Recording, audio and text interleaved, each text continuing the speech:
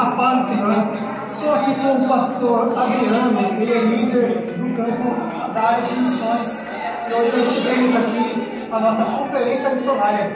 Pastor, eu quero saber do senhor, qual é a importância da área missionária, da obra missionária nesse tempo de pandemia que nós estamos vivendo?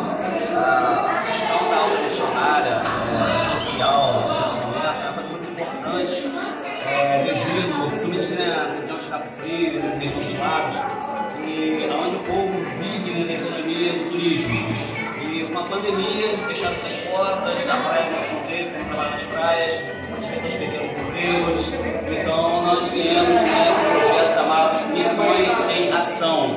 Começando, criamos um projeto chamado Igreja contra a Fome, onde nós ficamos em frente aos mercados, arrecadando alimentos para poder atender as famílias necessitadas. E nós entendemos que a questão missionária está ligada à área social também. Com essa campanha, nós conseguimos aí, em 4 edições arrecadar aproximadamente 4 toneladas de alimentos, onde conseguimos fazer 150 cestas básicas, nós atendemos famílias necessitadas de comunidades da nossa cidade. Então a questão missionária, ela está inteiramente ligada à questão social. Não é somente ganhar alma, a gente tem que cuidar da alma também. E também junto dos projetos também na questão da dependência química. Hoje nós temos apoio, nós apoiamos a 4 comunidades terapêuticas dentro da cidade de Cabo Frio, onde nós recolhemos através dos projetos sociais essas pessoas moradoras de ruas e levamos para ser tratadas na estrutura terapêutica. É assim que funciona a obra missionária, Missionário, vocacionado, que clama a obra missionária, ele tem esse propósito, ganhar a alma, cuidar da alma e discipular a alma. Amém, maravilha. Pastor, existe uma nova geração aí que está iniciando a obra missionária na área de missões, e tem aqueles também que sentem o desejo. Queria pedir para o senhor deixar uma mensagem para essas pessoas. A mensagem que eu deixo para vocês é aquilo que Jesus deixou como ordenança para todos nós. Isto é o mundo, liga o evangelho da criatura. Aquele que acreditar será salvo. Então, se você tem esse chamado para a obra missionária, se você é um vocacionado para a obra missionária, venha participar conosco. A Semente de Carne está de portas abertas para que você faça parte desse lindo trabalho que é ganhar almas para Jesus. Boa noite a todos. Eu estou aqui agora com a Carmen Lúcia. Ela veio de Miracema, interior do Rio de Janeiro. Ela viajou 9 horas só para participar conosco da nossa conferência missionária. E aí, Carmen, como que foi para você? Deus falou contigo? Como você se sentiu nessa nossa conferência? Foi uma experiência única, uma bênção mesmo essa conferência. O sonho de ter visto o Marcos esse ano, acabo sempre ouvindo suas pregações em Gideões, sempre tocou meu coração. E ver pessoalmente, assim, é muito mais interessante. Com certeza foi tremendo, a glória de Deus foi tremendo neste lugar da minha vida. Amém. Glória a Deus. Carmen, a gente, no início de março, aqui em Cabo Frio, nós entramos em quarentena. Você fez a quarentena, muitas pessoas estão em depressão, síndrome do pânico, muitas pessoas ficaram bastante mal com a situação da pandemia. Eu queria que você deixasse uma mensagem para essas pessoas que estão nos assistindo, que estão sofrendo com isso. Eu sou lá de saúde, trabalho na clínica, onde estamos psiquiatras. Eu tenho visto várias pessoas com muito procurando psiquiatras por causa dessa pandemia. Eu quero dizer que elas possam confiar no Senhor, entregar a sua vida e tudo vai se resolver. Porque isso é algo carnal. Mas o nosso Deus é impossível e realiza milagres. Em nome de Jesus. Boa noite, paz do Senhor. Eu estou aqui com o William, ele estava participando conosco da nossa conferência missionária. William, o que você achou da nossa conferência? Fala um pouco o que você sentiu, o que Deus falou com você.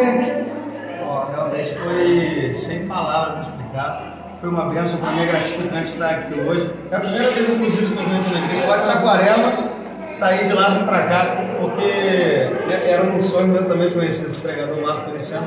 Eu comecei a pregar, eu tenho 27 anos, comecei a pregar 10 anos atrás, com 17. E a primeira mensagem que eu assisti dele foi Deus dentro do barro. E de lá pra cá eu gostei, sem brincadeira. Assim eu comecei a pregar, ele foi uma referência para mim como pregador. Inclusive, eu vou notificar aqui. Eu já preguei uma mensagem dele que foi a agonia da cruz. Quando eu terminei de pregar, falaram assim pra mim: nossa, William, você tá pregando muito. Aí uma prima minha tinha visto DVD também que aguentou pro meu tio. Mas só foi gratificante estar aqui hoje. E ele é uma referência realmente para mim como pastor. como homem de Deus e também como político que ele é, defendendo a família e o povo brasileiro. Mas falando do povo, foi benção demais. Deus falou comigo de eu voltar para casa cheio, porque quem tem promessa, Deus cumpre, ele é fiel para cumprir toda a palavra. Ainda que a gente passe pelo fogo, a gente não se queima. Paz Senhor a todos do canal CADCAF. Estou aqui com o pastor Marcos Feliciano. Pastor Marcos Feliciano, uma honra ter recebido o senhor aqui na nossa conferência missionária. Pastor Marcos Feliciano, eu estava pensando, qual que é a importância para o senhor da obra missionária nesse tempo de pandemia que nós estamos vivendo a nível mundial? Bom, a igreja em si, ela tem a melhor de todas as funções, a mais nova, que é salvar vidas. Na igreja as pessoas encontram paz, o pânico desaparece, a esperança renasce. E o missionário é isso, o missionário é aquele que planta paz, esperança e leva as pessoas a um momento de comunhão. O momento de pandemia é ruim, pegou todo mundo de surpresa. A doença não escolhe raça, não escolhe nível social, pega todos e também não escolhe religião. Tem muitos crentes sofrendo. Por isso a obra missionária nesse momento é importante. Levamos fé e esperança para as pessoas. Verdade, pastor. Como você falou, muitas pessoas têm sofrido por conta dessa quarentena, por causa do isolamento social. Então nós brasileiros que gostam de estar com pessoas. E que conselho você daria para essas pessoas que têm sofrido tanto por conta da pandemia? Tente fazer como os seres humanos estão fazendo agora, se reinventando. Se reinventando através das lives, das mídias sociais, você principalmente que é cristão, mas foi muito crente, né? Não deixe de assistir os cultos online, obedeça o seu pastor, respeite o órgão de saúde da sua cidade, mas tenha sua fé sempre ativa e mantenha comunhão com os irmãos via WhatsApp. É hora de usar as mídias sociais para coisa boa, né? Chega de fofocar na internet. Use o Instagram, use o Facebook, use o WhatsApp para coisas boas. Seja profeta de maneira virtual. Maravilha. Agora, deixa uma mensagem para a nova geração de missionários que tem surgido aí, uma mensagem de incentivo para eles continuarem nessa propagação do Evangelho, por favor. A vida é muito curta e são poucas coisas que nós fazemos aqui que ecoam para a eternidade. Uma delas é o Reino de Deus. Eu sirvo Jesus desde criança, viajei por mais de 80 nações do mundo, preguei em mais de 4.000 municípios do Brasil. Alguém me perguntou já, o senhor se arrepende? Eu falei, não, se eu pudesse faria tudo de novo e faria com mais excelência, tendo a experiência que eu tenho agora. Então você pode estudar, você pode ser para frente, só não deixe Jesus para trás. Seja moderno, só não seja mundano. E jovem, Jesus conta com você. Eu vos escrevi, filhinhos, porque sois fortes e já vencestes o maligno. Amém, pastor. Muito obrigado. Que Deus abençoe seu ministério cada dia mais. Só para despedir? Sim. Eu que agradeço o pastor Samuel, que é um grande amigo, um grande líder aqui em Cabo Frio, por esse congresso de missões que marcou a nossa noite, foi uma noite especial. Eu me senti não como pregador, mas como alguém que participou do culto e recebi muito. Essa igreja é uma igreja ungida, há um mistério aqui com vocês, todos cariocas. Deus tem algo lindo em Cabo Frio, então seja você uma bênção sempre. E, pastor Samuel, me convida sempre. Se o senhor não me convidar, eu venho nem que seja de jegue para o próximo culto, tá bom? Um abraço. Glória a Deus, aleluia. Você pode glorificar a Deus nessa noite? Glória a Deus. Essa glória foi para mim ou foi para Jesus? Você pode glorificar a Deus nessa noite? Glória a Deus, aleluia. Meus amados irmãos, é o nosso congresso de missões / Gideões nesta noite. O tema do nosso congresso é Unidos e Perseverantes na Fé em Jesus. A nossa divisa está em Atos capítulo 2, versículo 42 e 47. Meus irmãos, vamos passar agora alguns vídeos do nosso trabalho de missões que a gente realizou aí no meado do ano passado para cá. Gostaria de dizer para os irmãos que mesmo com essa pandemia aí, a Secretaria de Missões ela não parou um momento de trabalhar e de fazer o seu serviço, que é pregar a palavra do Senhor. Aí tem algumas atividades, como ações sociais, que nós fizemos no Angelinho ano passado. Saiu o Instituto Deus Onipotente, onde nós ajudamos ali o pessoal dependente químico. Os cultos que a gente fazia ali. Hoje nós estamos trabalhando com 4 casas de acolhimento de dependente químico. Essa casa aí nós fechamos a última parceria, que são os nascidos de Deus. Saiu o povo lá, de vez em quando a gente vai lá confraternizar com eles.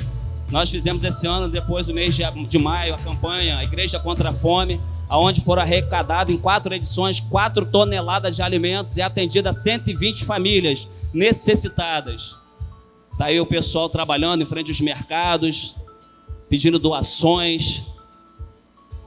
Esse aí, depois que pegou o microfone, não queria pegar. Depois que pegou, não queria largar. Quase que eu tive que chamar a polícia.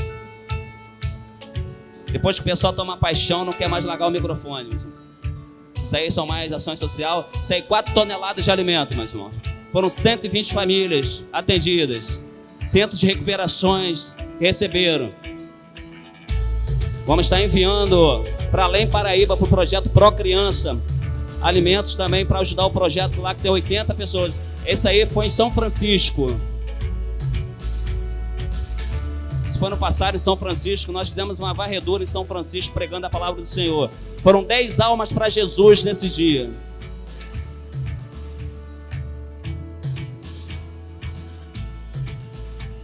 Apesar dessa pandemia, meus amados, ter parado praticamente o mundo, que não é um problema somente da nação brasileira, mas isso aí para os missionários não foi obstáculo, porque independente de pandemia ou não, os riscos para o missionário sempre vão existir. É em comunidade, só em locais de risco. O missionário nunca deixa de ir buscar a alma perdida. Isso aí é o pessoal dos Gideões. Os Gideões também são missionários. Isso aí foi o sopão que eles fizeram na madrugada. Projeto também que a Secretaria de Missões realiza juntamente com o Bom Samaritano, sob a direção da nossa irmã Emanuele. Os Gideões também fazem esse trabalho aí, levando sopa na madrugada para os moradores de rua, oferecendo ali mantimento. Esse trabalho aí foi dirigido aí pelo nosso presbítero Léo, que é líder dos Gideões, distribuindo roupas, oferecendo. Isso aí foi no condomínio Monte Carlos.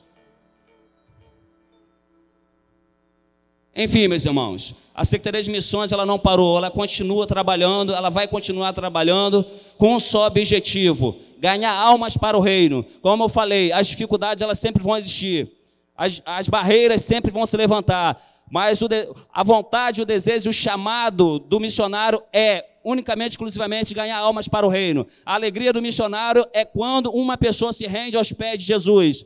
E é isso que a Semeia de CAF faz, é estender as mãos aos necessitados, é dar uma oportunidade de mudança de vida para aquelas pessoas que estão caídas, estão entregues aí às drogas, nas comunidades, oferecendo para elas uma oportunidade de vida em Jesus Cristo. Meus irmãos, a paz do Senhor Jesus, a vitória nossa. Que bom poder estarmos juntos. Deus abençoe vocês. Muito obrigado pela presença, por estar aqui. Estamos ainda neste momento de pandemia, onde esse coronavírus está solto aí fora, e muita chuva, né? Madrugada de ontem para hoje, parecia que Deus tinha mandado construir outra arca, né? Como choveu. E você está aqui porque você tem fome da presença de Deus. Muito obrigado, tá bom? Por favor, tome o seu lugar.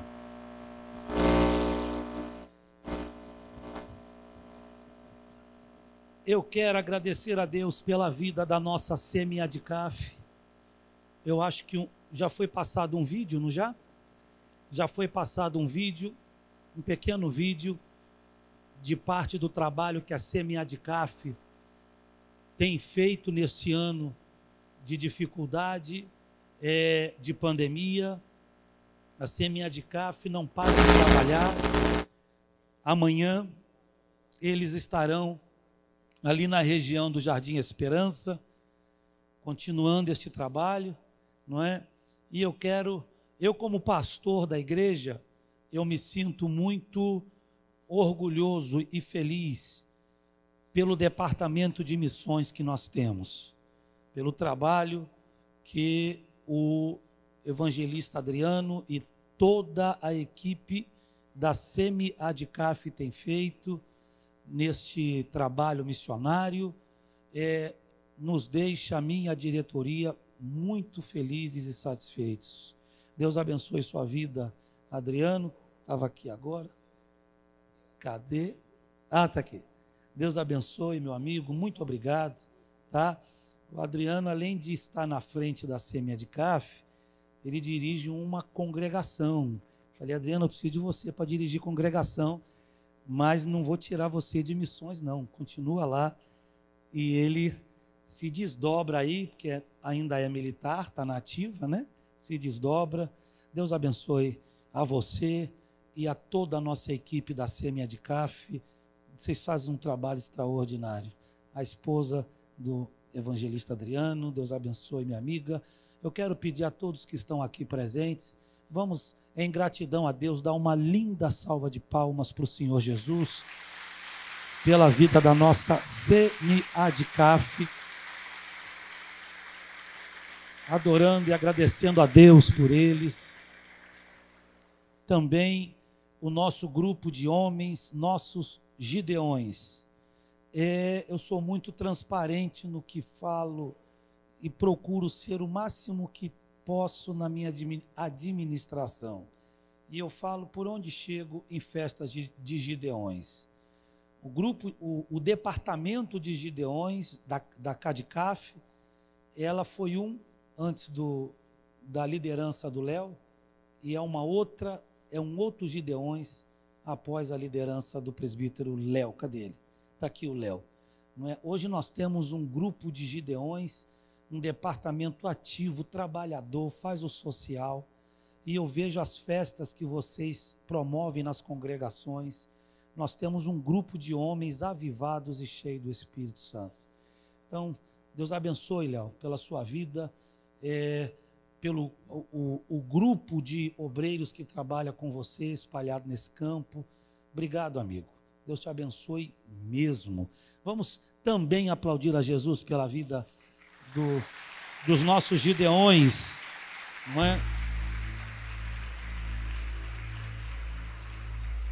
Meus amados irmãos, o trabalho desta noite aconteceria lá na congregação do Jardim Esperança, não é? Existem coisas que Deus prepara para a nossa vida como presentes, né?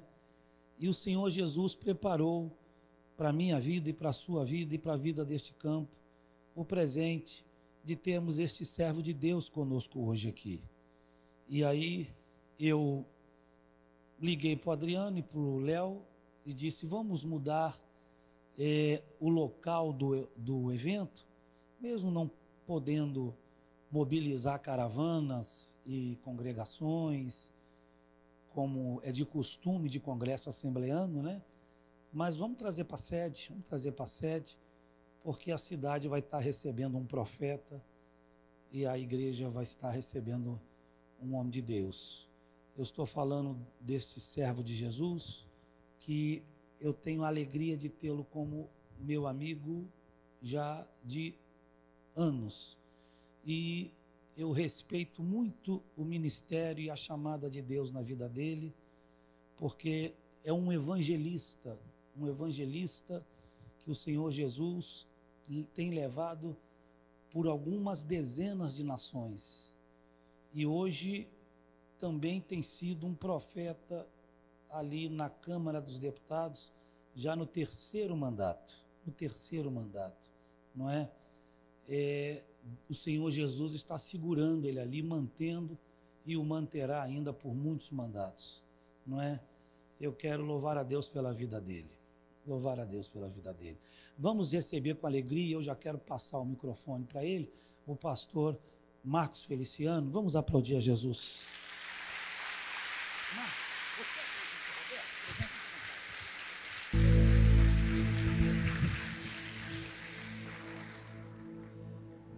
Graças a Deus. Cumprimento os irmãos com a paz do Senhor. Quem está feliz com Jesus hoje? Então, encontra uma pessoa bem bonita do seu lado e dê um sorriso para ela.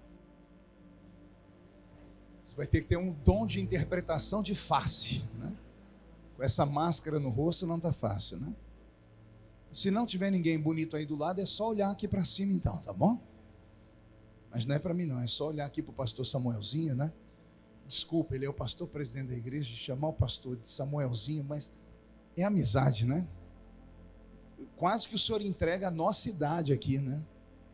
Conheço o pastor Samuel de longas datas, né? Maravilha.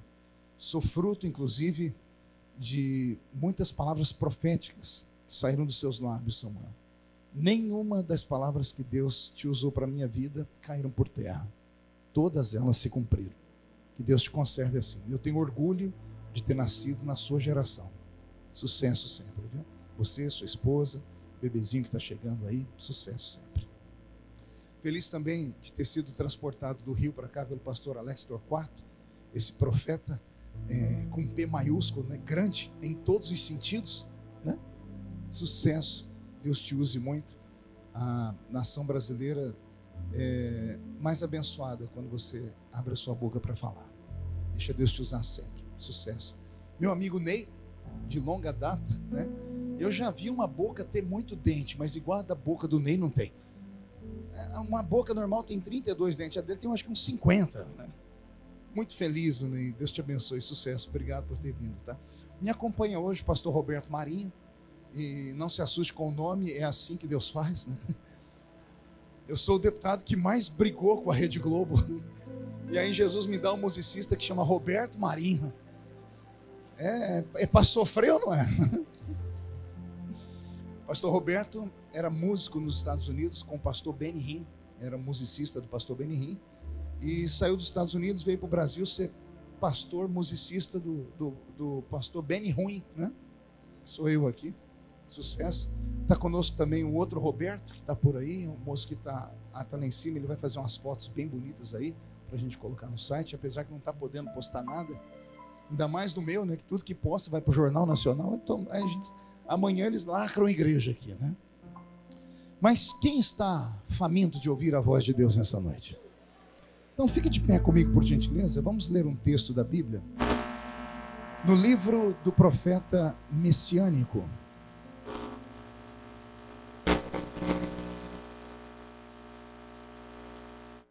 Livro do profeta Isaías.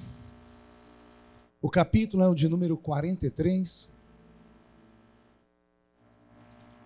Livro do profeta Isaías, capítulo de número 43. Quem encontrou, diga amém. Quem não encontrou, peça socorro. Socorre a criatura. E enquanto socorre a criatura, o sonoplasta dá um jeito nesse inimigo aí que está operando. Deve ser algum. Se tiver jeito da gente ajudar, é só falar. Se for telefone ligado perto do microfone sem fio, que às vezes dá uma falha. Ó. Conseguiu aí? Vamos ver. Em nome de Jesus. Isaías 43 está escrito assim: Mas agora assim diz o Senhor que te criou, ó Jacó, e que te formou, ó Israel, não temas, porque eu te remi, chamei-te pelo teu nome e tu és meu. Se passares pelas águas, eu serei contigo. Se passares pelos rios, eles não te submergirão, nem a chama arderá em ti, porque eu sou o Senhor teu Deus, o Santo de Israel, o teu Salvador. Até aqui. Amém, igreja? Fecha a Bíblia, coloque no banco, na cadeira. Eu sei que não está podendo, mas vamos quebrar mais uma lei aqui hoje, né? Pegue na mão da pessoa mais perfumada do seu lado. Eu falei bonito, você não encontrou ninguém, pelo menos perfumado deve ter alguém, né? Isso, aperte a mão da criatura com carinho até ela falar aleluia. Pentecostal que não faz barulho, está com defeito de fabricação, não é? Vamos orar? Pai, nós te exaltamos, nós te glorificamos. E nós entendemos que dentro de alguns minutos, e esta linda igreja ficará pequena para o tamanho da glória que o Senhor vai mandar do alto dos céus. Os que vieram tristes começarão a saltar de alegria. Os que vieram se arrastando não voltam para casa se arrastando. Hoje voltarão voando nas asas de um novo tempo. E antes que eu comece a revelar os seus segredos, cerque esta igreja com a sua glória.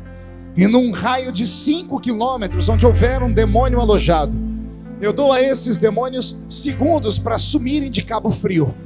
Porque se não sumirem, serão queimados pelo poder da sua glória, que aqui será derramada. Rasgue os céus sobre esta igreja e manda anjos de fogo descerem aqui. Que estes anjos desçam trazendo brasas de fogo nas mãos. Comecem a esparramar estas brasas entre nós. E onde houver um crente cheio do Espírito Santo, pega ele nesta noite, Jesus, e mostra o caminho da verdadeira e poderosa adoração. Fala conosco, fica conosco. É o que eu te peço agora e sempre. E toda a igreja diz Os que podem, tomem o seu assento, aplaudindo a Jesus, porque Ele é bom, porque Ele é maravilhoso.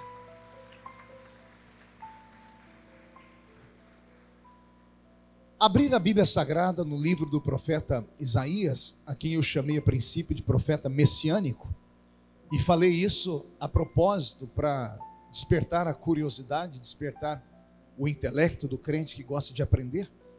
Isaías é considerado por todos os teólogos de todos os tempos como profeta do Messias.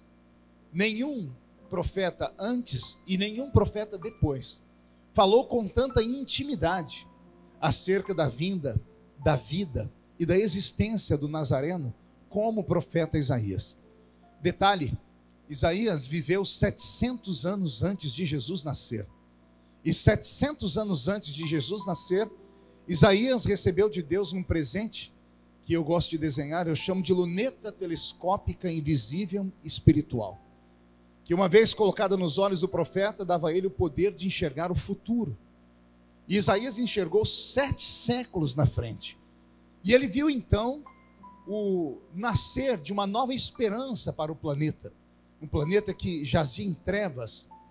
E viu também Deus reservar este Messias, não para a salvação apenas do seu próprio povo, mas para de todo o ser vivo que pudesse acreditar no seu sacrifício da cruz. Isaías, portanto, é chamado assim de profeta messiânico. Quem gosta de curiosidade bíblica, vou dar aqui algumas pinceladas para você. Por exemplo, quem já leu com apreço o livro do profeta Isaías, deve ter percebido que Isaías tem um número exato de capítulos. Os capítulos de Isaías são 66. Quantos capítulos? Curiosamente, a Bíblia protestante, a Bíblia nossa, evangélica, tem 66 livros. A Bíblia católica tem 7 livros a mais, chamados de livros apócrifos. Mas a Bíblia protestante, essa que nós usamos diariamente, ela tem 66 livros. Isaías, 66 capítulos. Há uma semelhança muito grande entre a própria Bíblia e o livro de Isaías, por exemplo. A Bíblia Sagrada é dividida em 2 tempos, Antigo e Novo Pacto, Velho e Novo Testamento. O Velho Testamento, o Antigo Pacto, tem 39 livros. E os outros 27 livros que restam estão no Novo Testamento. Se você pegar a Bíblia Sagrada no Velho Testamento e torcer ela, não se assuste. Se você ver pingar sangue, ou se você ouvir gritos de ais e de uis, porque o Deus do Velho Testamento é um Deus irado. Ele tem em uma mão um cajado e na outra mão um chicote. E ele não faz vias sacras de guardar a sua ira. Pelo contrário, ele desfere golpes sobre o seu povo.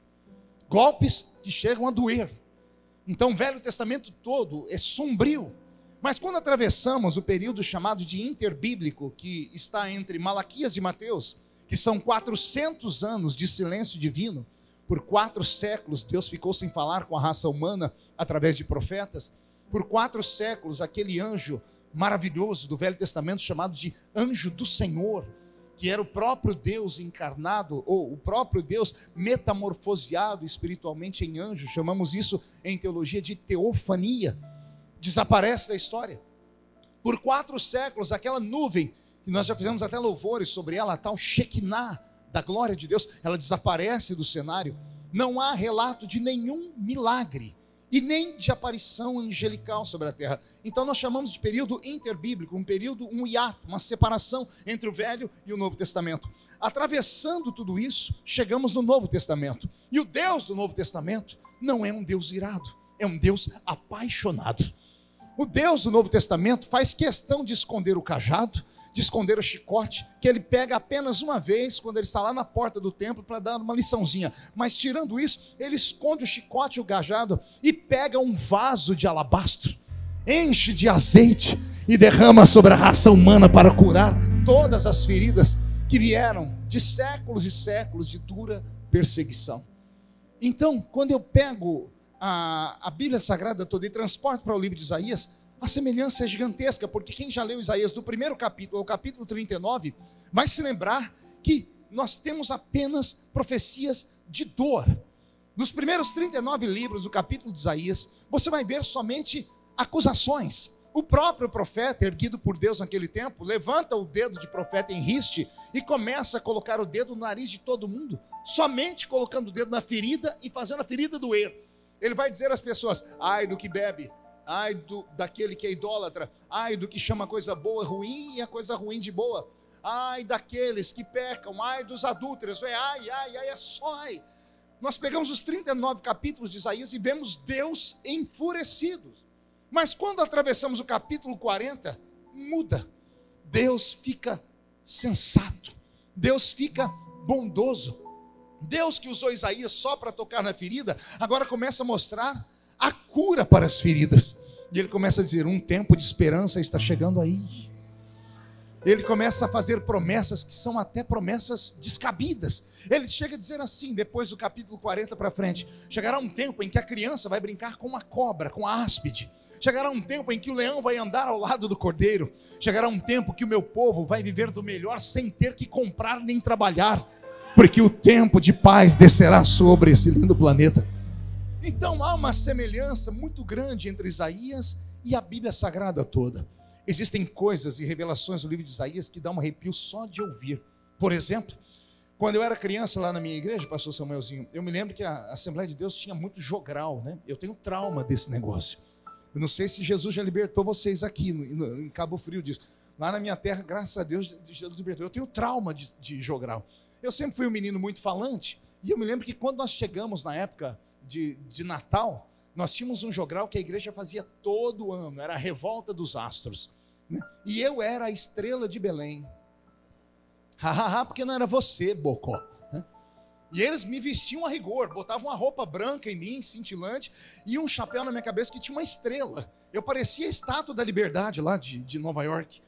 E eu, quando ia recitar, né, bem artístico, né, eu erguia os meus 2 braços e recitava um versículo da Bíblia que para mim era um poema.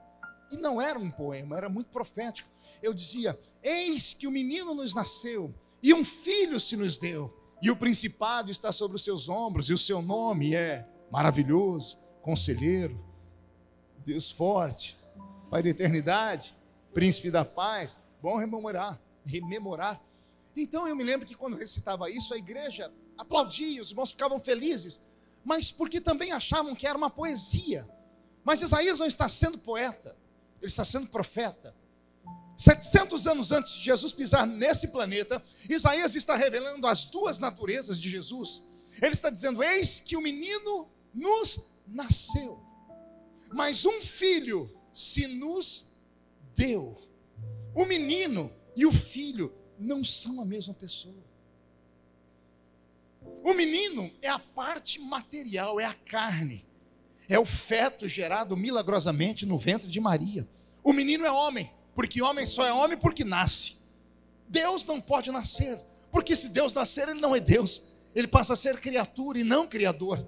O menino é o homem, o menino nasceu, mas o filho, esse é Deus, esse não nasce, esse é dado de presente.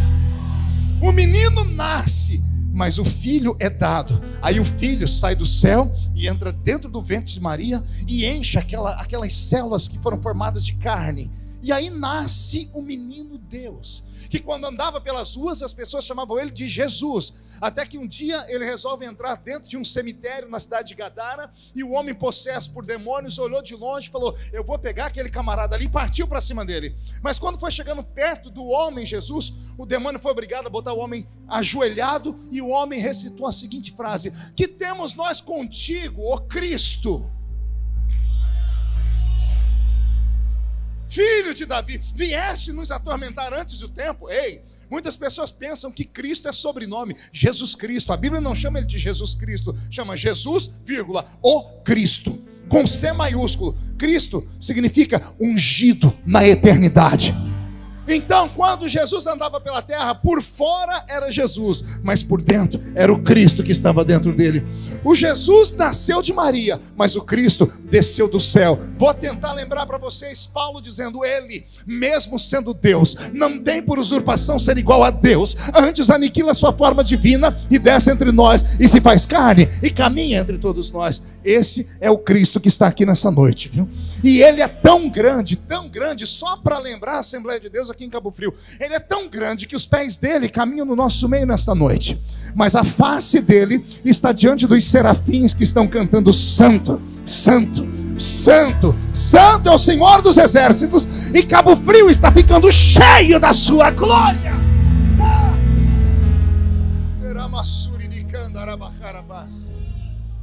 O livro do profeta Isaías, portanto, é carregado de revelação. Tem uma outra revelação que é muito forte. O nome dele. Eu disse o quê? Eu vou precisar de uma ajuda. Nós temos uma criança aqui, um menino. Você, vem cá, vem correndo aqui. Isso. Uma salva de palmas para o meu ajudante.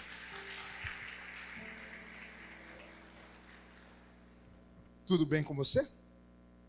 Qual é o seu nome? Kaique. Kaique já é casado? Não. Graças a Deus. Kaique, pega aqui na minha mão. Eu vou contar para vocês um outro versículo de Isaías, que ele é muito forte. Quando a Bíblia vai falar para nós o nome dele, Isaías diz que o nome dele será Emanuel, que significa? Não ouvi, significa?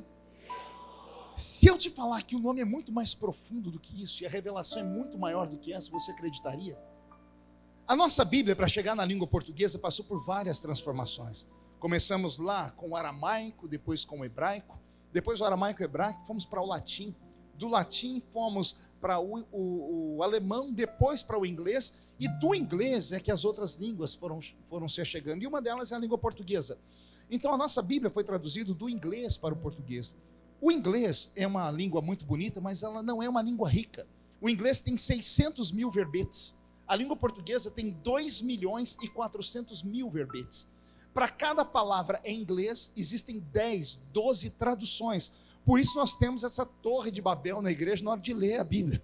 Ainda bem que Madureira criou uma Bíblia específica, que é a Bíblia do culto, né? Aí você pode ler que todo mundo lê numa linguagem só. Por causa disso, porque cada palavra tem muitos significados.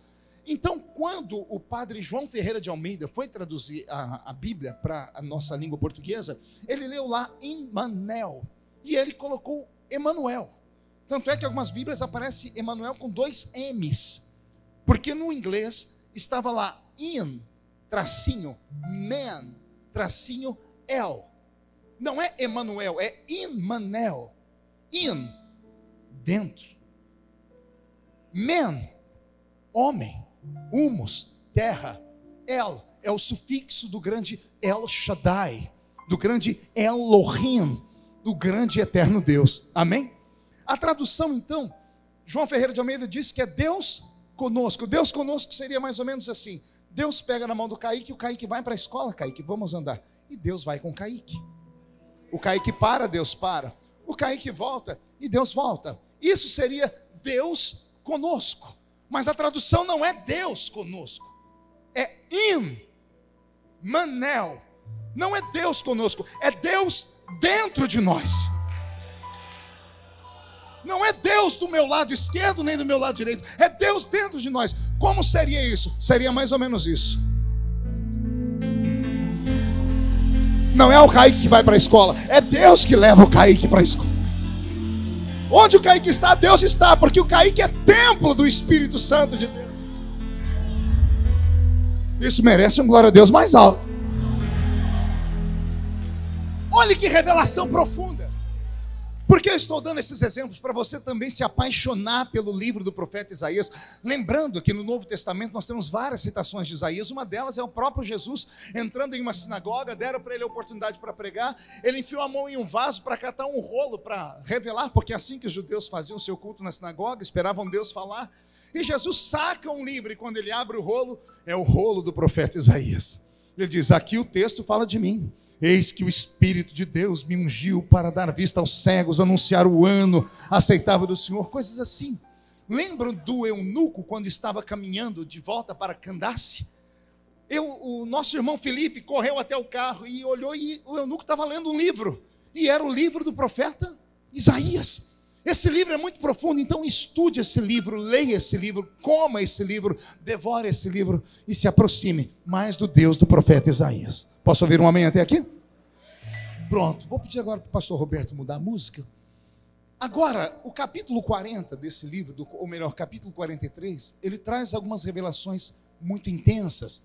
Mas eu quero deixar de lado a historicidade do livro, ou a parte profética para Israel, eu quero aqui me ater em uma revelação que o Senhor Deus me deu. No capítulo 43, Deus está naquele período de paz, naquele período de alegria, naquele período de muita comunhão com Israel. Deus acorda Isaías na madrugada, porque parece que Deus, ele escolhe o profeta para falar com ele sempre na madrugada. O profeta era uma espécie de para-raio divino. O profeta era aquele com quem Deus desabafava. Você vai ver em capítulos anteriores, Deus dizendo a Isaías: eu tenho um povo que tem olhos e não vê, tem boca e não fala, eu tenho um povo que não tem comunhão comigo. Deus sempre desabafa com o profeta assim. Mas no capítulo 43, Deus está naquela vibe de alegria. E Deus chama Isaías e diz: Isaías, eu tenho um só povo, não tenho dois nem três. Tenho quantos povos? Um povo. Mas esse povo que eu tenho, ele não é uníssono, não é um povo coeso.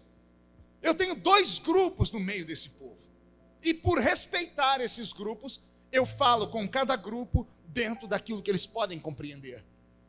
E Deus então diz: Isaías, eu vou fazer promessas para o meu povo. Como eu tenho um povo só, deveria ser uma promessa só. Mas como o meu povo não é idêntico, eu separo o povo em dois grupos e faço duas promessas. A primeira promessa é essa: se passares pelas águas, elas não te afogam. E a segunda promessa: se passares pelo fogo, ele não te queima. São promessas díspares, que não podem ser dadas ao mesmo público. Pergunte a mim por quê? Porque a promessa de atravessar as águas é uma promessa simples, que qualquer pessoa acredita, basta ouvir. Eu costumo dizer então que Deus tem dois grupos no meio do povo dele, e um povo que só acredita em coisas que fazem sentido ao cérebro, coisas que fazem razão de ser, coisas racionais.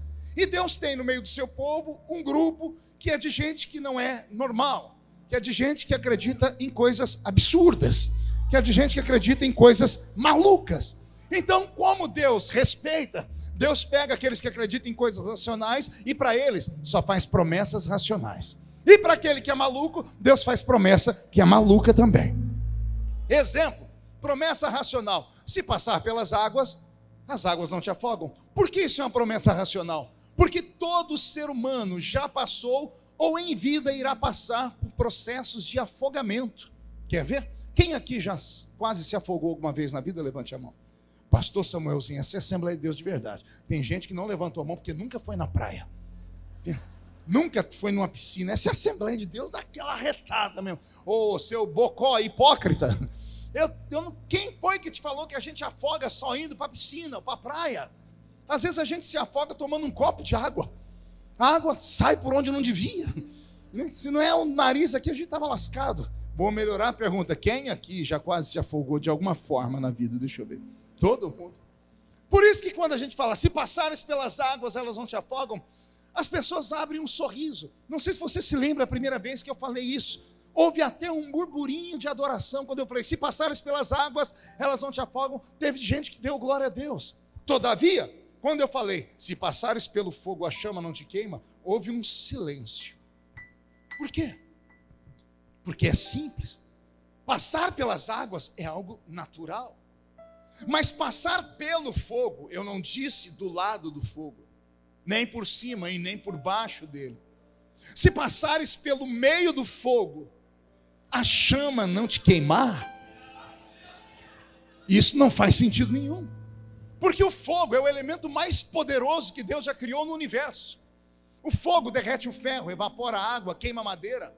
O fogo é tão poderoso que o próprio Deus, em Hebreus capítulo 12, é chamado de fogo devorador.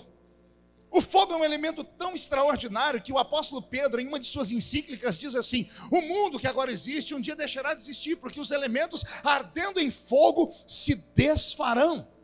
O fogo é tão poderoso que a Bíblia diz que o próprio inferno, o lugar mais temido pelo homem espiritual, será um dia lançado no lago de fogo. E aí vem Deus, olha para o seu povo e diz assim: se levantar contra você o maior poder do mundo, ele se levanta para cair? Você não entendeu? Vou falar de novo. Se levantar contra você o maior poder do universo, ele se levanta só para cair, porque ele não tem poder para tocar você. Eu vou tentar explicar de maneira mais fácil. Por exemplo, uma promessa racional: Você está no culto, o pastor Samuelzinho está pregando muito naquele dia, e ele termina dizendo assim: hoje ninguém vai voltar para casa sozinho, porque eis que o anjo do Senhor acampa ao redor daquele que o teme e o livra de todo o mal. Você percebeu que antes de eu terminar a sentença, os irmãos já estavam dando glória a Deus? Posso fazer uma pergunta? Por quê? Porque antes de eu terminar a sentença, você já deu glória a Deus. A nossa cabeça é um presente divino. Aqui atrás da nossa cabeça nós temos um aparelhinho chamado cerebelo. O cerebelo é onde está armazenado todas as memórias do ser humano. Memórias desde a sua infância, algumas intrauterinas e outras muito novas. Tudo isso fica guardado, Freud diz que isso fica guardado no nosso inconsciente. E às vezes as memórias são despertadas através dos sentidos que nós temos: olfato, visão, audição, paladar ou tato. Me diga, se você se lembra alguma vez andando pelas ruas de Cabo Frio, você sentiu o cheiro de uma comida e você foi transportado lá para aqueles idos de 1900 e bolinha. Lembra? Quando você ouve uma música, o coração chega a sair pela boca e os olhos marejam. Por quê? Porque todas as suas memórias estão armazenadas aí nesse cerebelo. Tudo que você ouve, que é um dos sentidos que nós temos, o ouvir, a voz entra no seu ouvido através do som, ela vai até o seu cerebelo e ativa as suas memórias conscientes e as inconscientes, numa velocidade tão grande que nenhum computador da Terra é capaz de assimilar. E às vezes o seu corpo reverbera uma resposta inconsciente, só porque o seu espírito foi ativado através de uma memória inconsciente. Exemplo, você se lembra de algum culto, ou em uma reunião de políticos, ou em uma reunião de trabalho, alguém está falando alguma coisa, está todo mundo de braço cruzado, de repente você se pega fazendo assim, ó. E você não está nem percebendo, é inconsciente. Você de repente faz assim, ó, ou fecha a cara, ou esboça um sorriso. O que foi que aconteceu? Por que você esboçou aquele sorriso? Por que você esboçou aquela reação? Por que você deu glória a Deus antes do meu texto terminar de ser lido? Ora, a minha voz entrou no seu ouvido, ativou o seu cerebelo, e ele buscou as suas memórias. E lá nas suas memórias inconscientes foi dito assim ao seu espírito: pode acreditar nisso, porque Jesus guardou o filho da fulana de tal, guardou a filha do fulano de tal. Um testemunho que você ouviu há 20, 30 anos atrás, ele é ativado, e o seu corpo então reverbera, concordando ou discordando. É assim que funciona a raça humana. Quando eu disse: se passares pelas águas, elas não te afogam, é tão natural isso, é uma profecia, uma palavra tão simples, que você entende e na hora se abre e dá um sorriso. Outro exemplo de palavra simples: você está no culto, o pastor Samuelzinho está virado no giraia nesse dia, e ele vai pregar, e ele diz assim: hoje, assim diz o Senhor, haverá uma mudança na sua vida e da sua família até o final do ano, porque no dia 31 de dezembro, naquele culto especial que nós fazemos, esta casa estará cheia, porque estará sentado aqui você e a sua família, porque crê no Senhor Jesus, e será salvo, tu e a tua casa. Por que você gritou? Por que você adorou antes de eu terminar de falar? Porque a minha voz entrou no seu ouvido, ativou o cerebelo buscou as memórias. Em algum culto você ouviu um testemunho de que Jesus salvou o filho, o marido, a esposa, o parente daquela pessoa, e o Espírito diz a você: se salvou eles, a sua família é a próxima. Pode acreditar. Isso é uma promessa natural. Diga, uma promessa natural. Diga, uma promessa simples. É uma promessa fácil de ser acreditada. Não precisa fazer aqui uma engenhosidade intelectual. Você não precisa ficar meditando. Você não precisa buscar concordância com ninguém. É algo que é fato. Isso é uma promessa simples. Passar pelas águas é uma promessa simples e ponto. Agora a outra promessa, ela não é normal. Passar pelo fogo e o fogo não queimar, porque a promessa não é te livrar do fogo. A promessa é te livrar no fogo. Por que a princípio ninguém deu glória a Deus lá atrás quando eu li? Porque a minha voz entrou no seu ouvido, atinou o seu cerebelo, e ele buscou no seu inconsciente alguma coisa que fizesse sentido nesse quesito. E você não esboçou reação, porque a única história que nós conhecemos do mundo de alguém que andou no meio do fogo é daqueles 3 moços lá em Babilônia. Qual é o nome deles? Não. Esse é o apelido deles. Apelido maldito ainda. Cada vez que você fala desse nome, você está adorando um deus pagão. O nome deles era Ananias, Misael e Azarias. Foram os únicos que passaram pelo meio do fogo e a chama não os queimou. Por isso temos dificuldade em acreditar em coisas assim. Dá um exemplo prático, pastor. Pastor Samuelzinho, o senhor é meu parceiro da pregação aqui. Chega no culto e ele está possuído naquele dia, igual há 30 anos atrás, transpirando azeite. E ele olha e diz, tem uma irmã aqui em Cabo Frio, aqui no culto nessa noite, que ela não sabe ler nem escrever, só tem 2 dentes na boca, o zagueiro e o atacante. E dentro de 30 dias, essa mulher estará voando para Washington, D.C. E ela terá uma audiência com Donald Trump. E dirá a Donald Trump assim, happy is the nation whose God is the Lord. Não tem um glória a Deus. Porque todo mundo rindo. Por que ninguém deu glória a Deus? Porque não faz sentido. É quase que um conto de piada. É algo humanamente impossível de acontecer. Como é que uma pessoa que não sabe ler vai conseguir falar inglês com Donald Trump em 30 dias? Promessa maluca. Promessa que o nosso espírito não está preparado para receber. Outro exemplo, o pastor Samuelzinho está naquele dia, com o olhar de raio-x, e ele diz, tem um irmão aqui, que receberá uma carta dentro de 2 semanas, e esta carta virá da Espanha. Ao abrir a carta, já traduzida para o português, ele vai ler que um advogado espanhol mapeou a árvore genealógica de um príncipe espanhol e descobriu que um dos seus parentes, o único vivo, mora aqui em Cabo Frio. Só que o irmão é uma pessoa muito simplória, que trabalha aqui na cidade, mal sabe ler nem escrever. E ele vai herdar 6 castelos e um sem número de dobrões de ouro em espanhol. Pode olhar que o que deu, olha a cara, alguém deu glória a Deus do seu lado? Olha a cara da criatura, vê se é normal. Teve um que levantou a mão e falou, eita, pegue esta palavra. Só acredita nisso quem é louco. Só acredita nisso quem não é dessa terra. Só acredita nisso quem é anormal. E o que eu vou falar agora, não sei se vai te deixar feliz ou alegre. Eu não vim pregar para os normais hoje. Eu só vim pregar para quem é maluco, para quem falta um parafuso na cabeça, para quem tem promessas absurdas para se cumprir na sua vida. Se tem alguém que acredita em loucura aqui, reage e dá um grito, por favor. Ah, meu Deus! Roberto, mude a música para mim. Se passares pelo fogo, a chama não queimará você. Deus está falando com Israel sobre promessas. Diga comigo, promessas. Algumas são normais, mas eu vim pregar sobre promessas absurdas, promessas loucas, promessas que não são digeridas, promessas que você escuta e dá um nó na boca do estômago. Promessas como aquela que você ouviu naquele culto, daquela irmãzinha de oração, daquela vigília, e você saiu de lá espantado, dizendo assim, que vergonha, isso nunca vai acontecer comigo. É sobre essas promessas que eu quero pregar aqui. Porque o meu Deus só faz promessa louca quando Ele encontra um maluco para acreditar nelas. Eu estava pregando na Igreja Batista da Lagoinha, lá em Minas Gerais, alguns anos atrás, da família Valadão. Nós tínhamos lá umas 8.000 pessoas no culto. E eu me lembro quando terminou o culto, eu fui lá para frente da igreja, naquela época ainda não tinha o demônio do YouTube, a gente ainda conseguia vender DVD, né? Porque não é você, né? Então eu estava lá na porta da igreja, vendendo, né? Estava lá vendendo meus DVDs, CD. Chegou um mineiro perto de mim, mas muito faceiro, um mineiro muito matuto. Tem algum mineiro aqui? Essa raça tem no mundo inteiro.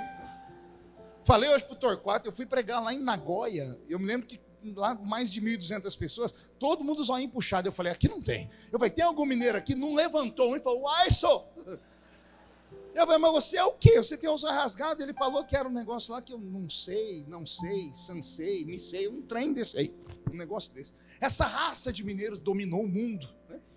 E esse mineiro chegou em mim todo faceiro, com uma sacolinha na mão e disse assim, ô pastor Marco, o senhor aceita um presente? Porque eu senti de te dar um presente. E eu falei para ele, eu senti de receber, me dê logo, né? É raro alguém sentir de dar alguma coisa para o profeta. Eu já abri a sacolinha, tinha uma caixa de paçoquinha embrulhada. Quem já comeu paçoquinha embrulhada aqui? Deixa eu elogiar a paçoquinha no idioma de Minas. Ô, trem bom, só. Já desembrulhei uma paçoquinha, eu estava virado numa fome que, quando eu dei a primeira mordida, o mineiro deu o golpe. Ele falou: ô pastor, o senhor pode orar por mim agora?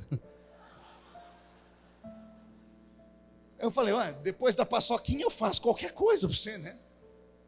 Você quer que eu ore? Por quê, meu filho? Ele falou assim: então, pastor, ontem de noite eu fui numa vigília.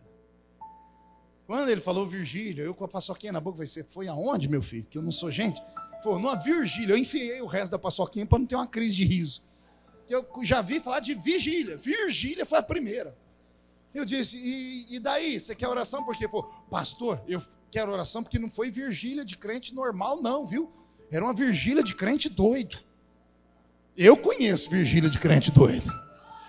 Samuelzinho já dirigiu um monte dessas vigílias lá no Rio de Janeiro. Tem alguém que conhece vigília de crente doido aqui? E eu gosto desse negócio, viu?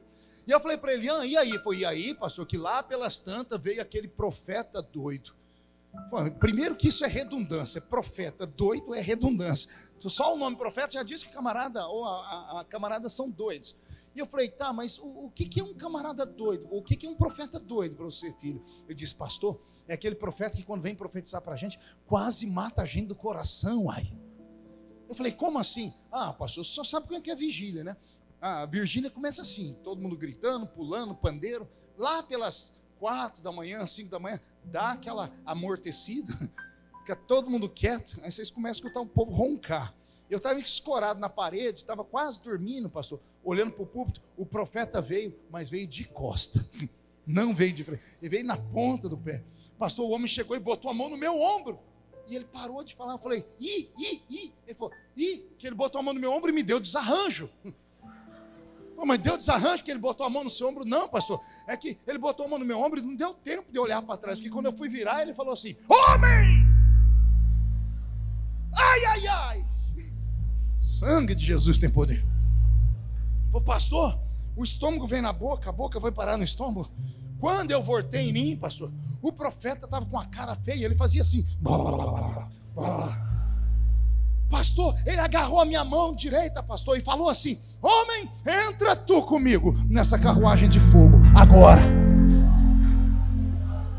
Eu falei: e o que você fez? Uai, pastor, não tinha outra opção, eu entrei na carruagem. Foi, entrou, e aí? E aí, pastor, que a carruagem começou a andar. E eu falei: o que você fez? Falou: pastor, a carruagem começou a me arrastar. O homem começou a andar e eu tentava segurar ele, mas ele era mais forte do que eu, morrendo de vergonha.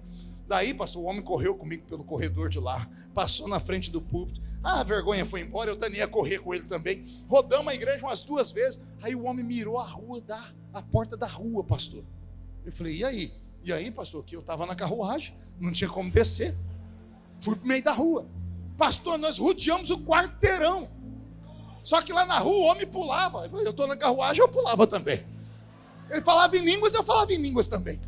Pastor, o homem voltou para a porta da igreja, mirou a entrada e saiu correndo no corredor. E eu fui junto. Até que ele brecou e me empurrou. Eu saí catando cavaco. Eu parei para olhar o que deu no profeta. Quando eu virei para trás, o profeta está com uma mão na cintura, um dedo apontando e fazendo assim. Falou: homem, olha o que eu faço. Eu te tomo pela mão direita. E eu te tiro daqui. E eu te levo por ali. E eu te levo por lá. E eu te trago por aqui. E eu te tiro desse lugar e te levo pelo mundo. E depois eu te trago em exaltação para cá. Agora, contempla na sua frente a rampa do Palácio do Planalto. Porque vou eu te colocar entre os príncipes e as princesas desta terra.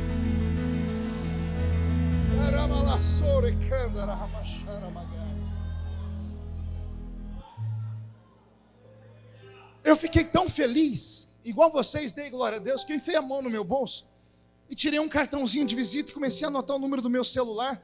E o homem, ao invés de dar glória a Deus, teve uma crise de riso, Torquato, que a barriga dele balançava. Eu falei: por que ele está rindo? Eu estou sentindo Jesus, ele está rindo. Eu estiquei o cartão, falei: meu filho, isso aqui é para você. Ele parou de rir, pegou. O que é isso, pastor? Eu disse: é o meu número de telefone particular. E ele: nossa, eu vou ter seu número. Eu disse: vai. E ele falou: para quê, pastor? Eu falei, para quando você subir a rampa do palácio? Para quando Deus te colocar entre os príncipes? Lembra-te de mim quando entrares no seu reino, lembra-te de mim. Eu esperava essa reação dele, essa alegria de vocês, mas ele não se alegrou. Ele abaixou a cabeça e quando ele levantou, os olhos dele marejaram e a voz dele embargou. E ele disse, pastor, o senhor acha mesmo que isso é possível? Eu falei, por que não? E ele falou, pastor, essa paçoquinha que eu te dei é o que dá sustento para minha casa. Eu vendo paçoquinha nas esquinas dos semáforos de Belo Horizonte. Os carros param, eu coloco uma paçoquinha em cima do retrovisor com um bilhetinho pedindo, pelo amor de Deus, para as pessoas comprarem aquilo para eu levar comida para minha casa. Eu sou pai de 4 filhos. Eu não sei ler, não sei escrever e moro num lugar que dá vergonha. A minha casa não tem fechadura. A porta é escorada com uma cadeira de fórmica. Só eu e o Samuelzinho sabemos o que é fórmica aqui. Ninguém mais sabe. Procura no Google. É coisa lá da Noé usou dentro da arca. Ele falou, o senhor acredita mesmo que um homem como eu possa um dia rodar o mundo? Eu estava cansado e estava desligado do céu. O que ele falou me convenceu. E por um momento a minha racionalidade humana entrou em ação. E eu falei, de fato, não faz sentido. Como é que um analfabeto, vendedor de doce nas esquinas de Belo Horizonte, que mora num lugar que só Deus sabe, pode um dia rodar o mundo? Eu fui abrir a minha boca para dar uma desculpa para ele. Eu não ia dizer a ele que Deus não ia fazer, mas eu ia dar uma desculpa. Eu ia falar, Deus, há um tempo para tudo. Essas desculpas que a gente dá quando não entende. Quando eu fui abrir a minha boca para falar com ele, aconteceu algo que somente crentes são capazes de crer. Eu fui tomado pelo Senhor em espírito. O Senhor arrebatou-me em sentidos. E desapareceu tudo na minha frente. Eu estava na porta da igreja com uma multidão de pessoas, de repente não tinha mais ninguém. Eu estava num espaço, não sei dizer se era claro, se era escuro, era um ermo. E eu olhei para minha frente, e do chão começou a brotar um edifício. Já viram essas câmeras em alta rotação? Mais baixinho, Roberto. Essas câmeras em alta rotação. A câmera começou a filmar como se fosse uma construção que foi saindo do chão e sendo construído rápido, rápido. Eu fui olhando.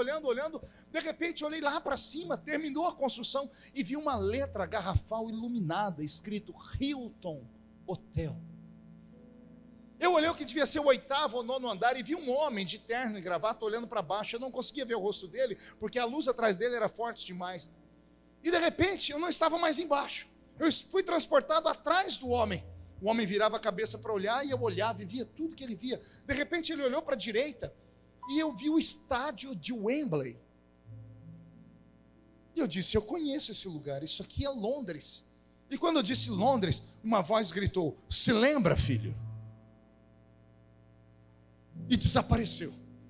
Começamos a cair em câmera lenta. O homem de terno e gravata foi sendo transfigurado, Samuelzinho. E agora ele não é mais um homem maduro, ele é um adolescente. E ele não está mais usando roupa de terno e gravata, ele está usando uma roupa de boia fria, de quem trabalha em lavoura, um chapéu de palha na cabeça e uma bolsa aqui nas costas, um bolsão onde tem um facão de cortar cana de açúcar, e na outra mão ele tem uma marmita, e ele está subindo a boleia de um caminhão, está subindo em um caminhão que nós chamamos no interior de São Paulo de caminhão de pau de arara, um caminhão de boia fria, que hoje nem pode mais usar, que foi obrigado a trocar por ônibus. E quando eu vi aquilo, a voz gritou comigo de novo, disse, e agora? Se lembra, filho?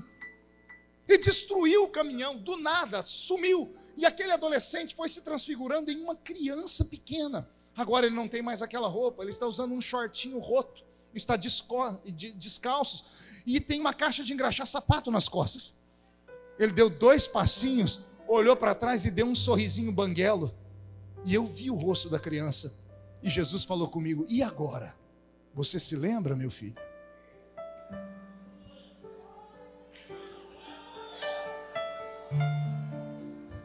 Era eu. Jesus mostrou a minha vida de trás para frente. Aquele hotel lá em Londres é o hotel que eu fico todo ano quando eu vou ministrar na escola bíblica. O Senhor me fez voltar no tempo quando adolescente tinha que trabalhar na lavoura, apanhando laranja, algodão, café, cortando cana para ajudar a minha mãe a ter comida em casa. E o Senhor me fez voltar na minha infância, quando o meu primeiro presente de aniversário foi uma caixa de engraxar sapato. E o Senhor disse para mim, se lembre? Eu disse, me lembre. E o Senhor disse, se eu fiz na sua vida, filha, se eu fiz na sua vida, fala para esse mineiro que eu também posso fazer na vida dele. Eu voltei em mim. Quando eu voltei em mim, o mineiro estava chorando. Eu chacoalhei os ombros dele, disse para ele, pare de chorar e ouça-me. Se foi o meu Deus que falou contigo, o Deus que fez a estéril ser mãe de filho, o Deus que pavimentou o meio do mar para Israel passar a pé enxuto, o Deus que fez o sol parar, ou a lua parar, ou a terra parar, para que Josué vencesse a batalha, o Deus que fez o relógio de Acai girar ao contrário, se foi o Deus que fez a jumenta de Balaão falar, se foi o Deus que fez a virgem ser mãe do Salvador, quem viver verá para ver as suas palavras se cumprirem.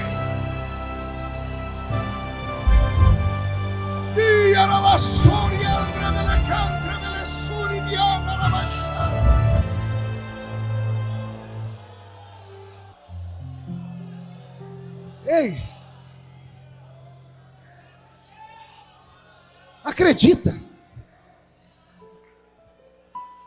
por mais absurdo que tenha sido a promessa, por mais maluco que tenha sido a forma do profeta falar, por mais surreal que tenha sido a visão, creia, porque aquele que fez a promessa, aquele que te deu a visão, aquele que usou o profeta, não conhece limites, não conhece a palavra impossível.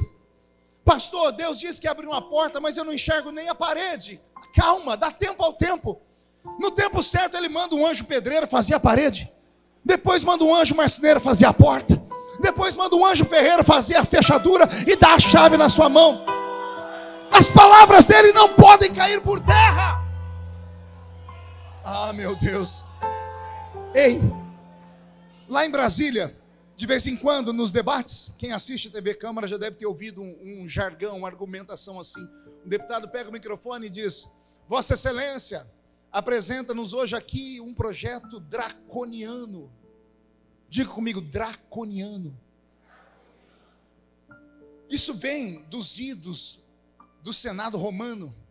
Roma, que é a mãe das leis, que criou o direito, que criou essa questão da democracia. Aquela Roma tinha um senador chamado Draco. E Draco era um homem extremamente sagaz e inteligente, uma mente única. Quando Draco criava um projeto de lei, era tão embasado, o embasamento jurídico era tão pesado, que ninguém conseguia sequer contra-argumentar o projeto. Então o projeto se tornou projeto draconiano, um projeto de lei dura, irrevogável, irrefutável. Por que eu estou dizendo isso? Porque conhecendo esse livro que eu leio desde criança, uma vez questionaram Deus no Velho Testamento sobre as suas palavras, e Deus então estabeleceu uma lei, e ele disse assim: não sou homem para mentir, e nem filho do homem para me arrepender das coisas que eu falo. Lei está sancionada no Velho Testamento. Quando Jesus pisou na terra e questionaram ele endureceu a lei. Ele criou uma lei draconiana. Ele falou assim: a lei do meu pai é boa, mas pode ser mutável. Eu vou criar uma lei imutável. Meu pai disse que ele não é homem para mentir, nem filho do homem para se arrepender das coisas que fala. Eu vou criar outra lei. E disseram: qual lei? A lei é essa: passa o céu, passa a terra, mas as minhas palavras, elas não podem passar jamais. Deixa eu te dar uma palavra. Se você está debaixo de uma promessa, mande o diabo se lascar no inferno. Se você está debaixo de uma promessa, mande o traficante, o patrão, o empregado, o político, o vizinho, o satanás, pombagira, tranca-rua, manda eles para os quintos dos infernos. Se você está debaixo de uma promessa, você está imortalizado até que essa promessa se cumpre na sua vida.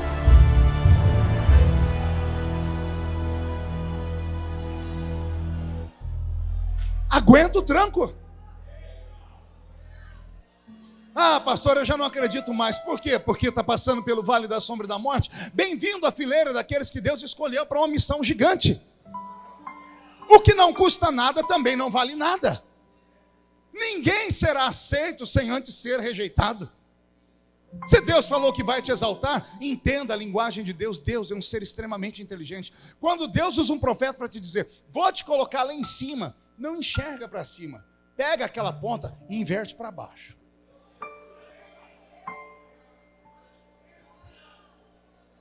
A geometria e a matemática de Deus é diferente da nossa.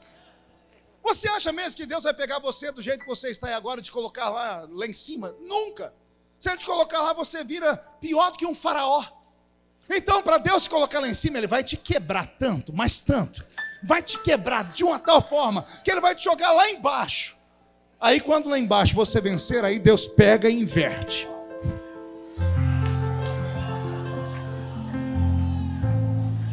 Olha o que Deus falou para José. Sonha aí, José, vê o sol e a lua e 11 estrelas se curvando diante de você. José só olhou para cima e foi parar dentro de uma cova. Deus não quer gerar filhinhos de papai.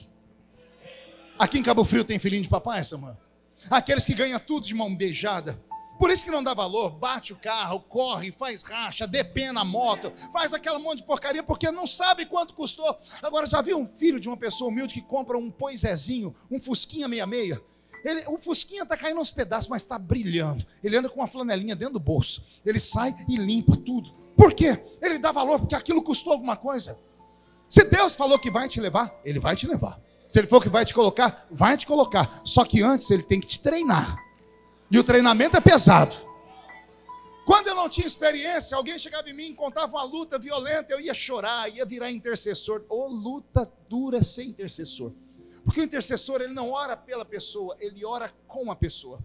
Ele sente as dores da pessoa. E eu passava madrugadas orando pelas pessoas. Aí veio a maturidade, esses cabelos brancos, essa barba branca.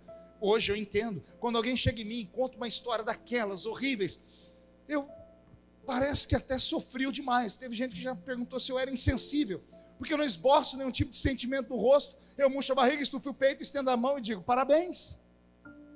E a pessoa, já chegaram a me dizer assim, o senhor é sádico? O senhor gosta de sofrimento? Eu digo, não. E por que o senhor está dizendo isso? Eu digo, porque eu sei onde essa história vai dar.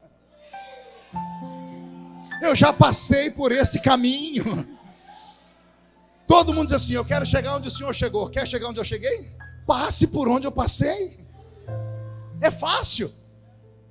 É fácil. Quer ser aplaudido como sou hoje, seja humilhado como eu já fui.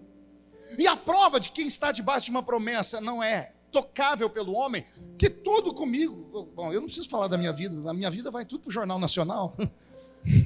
Vocês já viram muitas coisas de mim, quem já viu coisas ficou escandalizado, falou, meu Deus, agora acabou. E olha eu aqui. Pergunta por quê? Eu tenho uma armadura invisível chamada promessa. E essa promessa não foi feita por homem, porque o homem promete sentado e não cumpre em pé. O homem promete na emoção, Deus não. Vou te contar um segredo sobre Deus. Mude a música, Roberto. Eu li esse livro 30 vezes de capa a capa e escrevi 20 livros sobre esse livro. E um dia eu fiz um estudo que eu fui falar com meu pastor falou que eu estava falando heresia. Aí ele foi estudar e disse, você tem razão. Embora a Bíblia seja a palavra de Deus, o ser que menos fala na Bíblia é Deus. As palavras são por ele inspiradas. Mas conte nos dedos as vezes que Deus falou na Bíblia. As sentenças de Deus são curtas, precisas. Eu sou o que sou. Eu faço. Eu não faço. Eu abato. Eu exalto. Eu estou contigo. Eu levo. Eu trago. Só isso. Deus não é de falar muito. E um dia eu falei, por que o senhor fala tão pouco? E ele falou para mim, porque eu não sou como vocês, que falam pelos cotovelos. O meu caráter me proíbe falar e não cumprir. Então eu não sou de falar, mas quando eu falo, você acha mesmo que esse culto aqui foi marcado só por causa de uma festa? com tantas agendas que eu poderia estar pregando ao redor do mundo. Por que Jesus me trouxe hoje aqui em Cabo Frio? Só para te lembrar, eu te fiz uma promessa e você vai viver para ver a promessa se cumprir. Aguenta!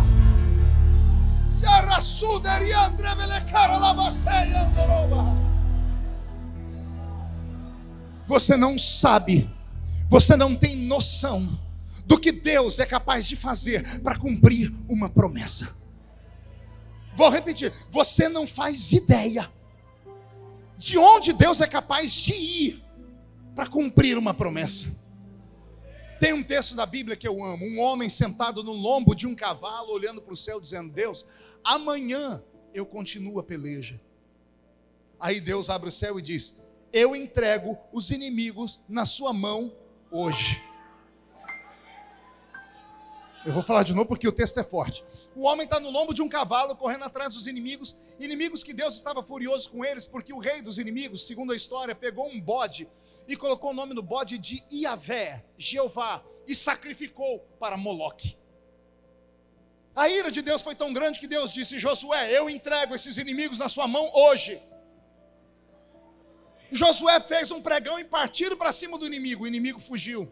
Josué está indo contra o sol. De repente ele para o cavalo e diz: Senhor, amanhã eu continuo. E Deus diz: eu falei hoje. Imagino eu, Josué dizendo: então o senhor precisa dar um jeito. No que, Josué? O sol, ó, olha lá, está abaixando. A lua está levantando, ó. Está ficando de noite. Meu cavalo não é morcego. Meu cavalo não é coruja que enxerga de noite. Para continuar a peleja, o senhor tem que fazer alguma coisa. Eu imagino Deus sentado no trono, olhando para baixo, dizendo: o que eu fui falar? Os serafins aqui atrás dizendo: santo, santo, e um olhando para o outro dizendo: santo, santo. Dizendo: e agora? Deus ficou de pé no trono. Eu vou dar a visão humana e a visão científica. Na visão humana, Deus ficou de pé no trono e enfiou a mão debaixo do sol. E enfiou outra mão em cima da lua. Josué, vai vendo aí se está bom a iluminação.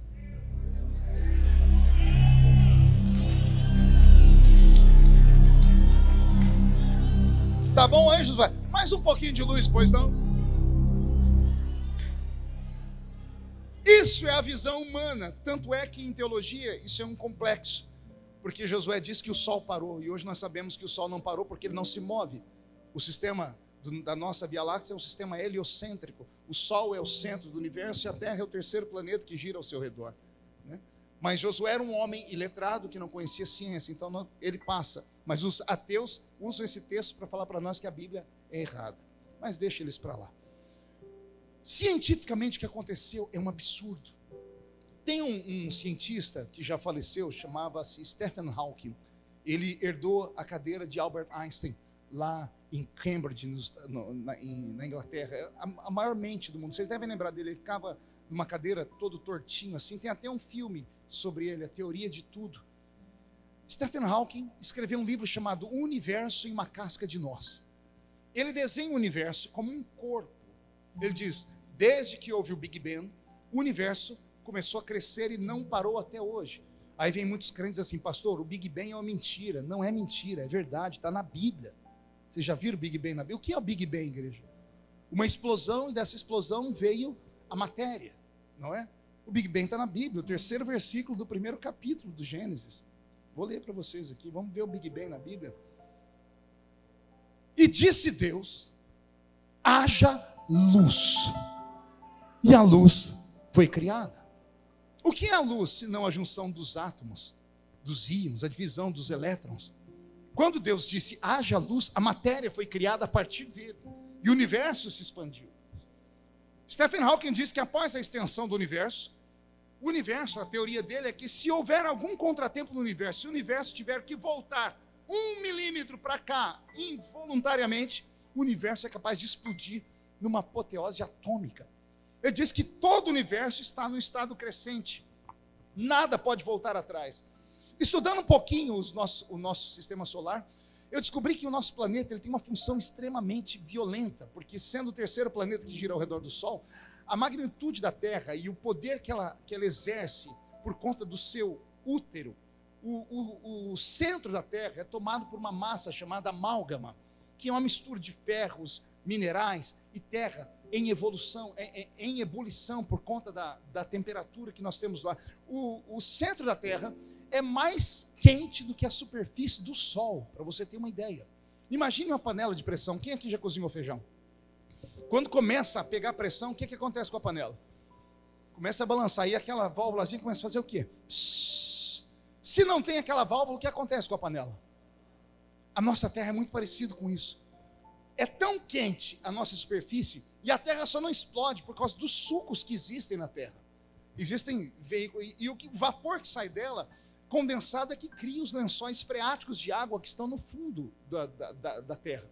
E são esses lençóis de água que vão dando vida às raízes das plantas. E as plantas, durante o dia, liberam para nós oxigênio, e à noite, gás carbônico, sistema de fotossíntese, uma coisa muito simples que todo mundo aprende na escola.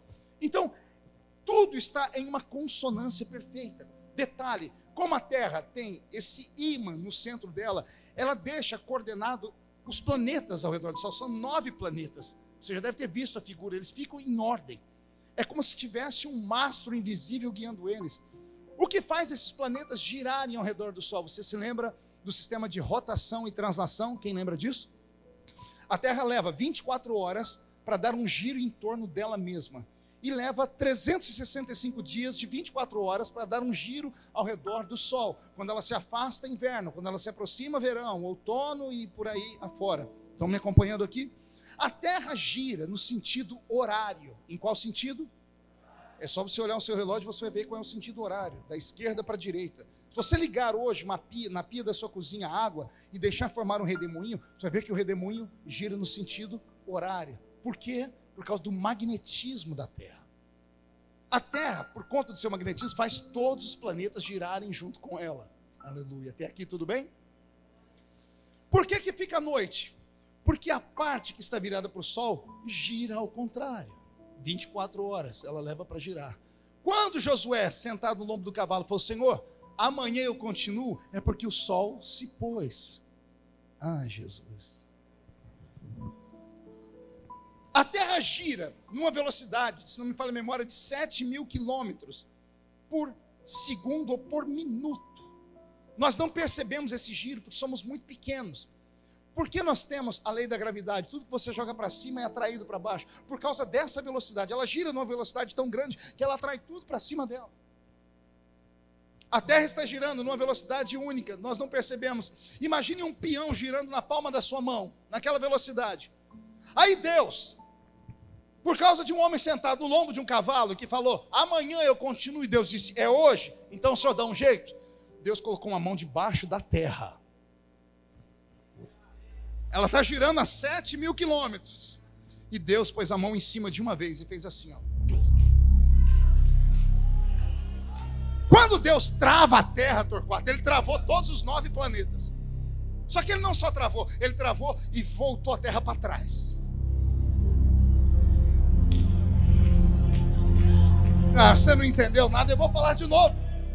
Por causa de um homem que tem uma promessa no lombo de um cavalo, Deus parou o universo, parou a Terra, fez a Terra girar ao contrário, e não se sabe quanto tempo a Terra ficou parada. Deu um nó na cabeça das plantas. As plantas tinham hora para liberar oxigênio, gás carbônico, travou o universo. Na teoria de Stephen Hawking, era para o universo inteiro ter acabado naquela hora. E não acabou por quê? Porque Ele tem poder para sustentar o universo todo. Vou repetir, você não tem noção do que Deus fará esse ano, esses dias, por esta noite, só para cumprir o que Ele falou que vai te dar.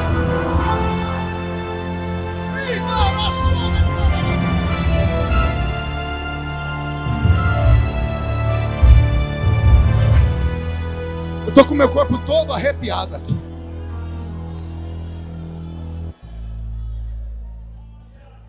O capítulo 15, 16 e 17 do livro do Gênesis é muito engraçado. Você vai ver um homem com mais de um século de vida, andando com dificuldade, parando no meio de um deserto.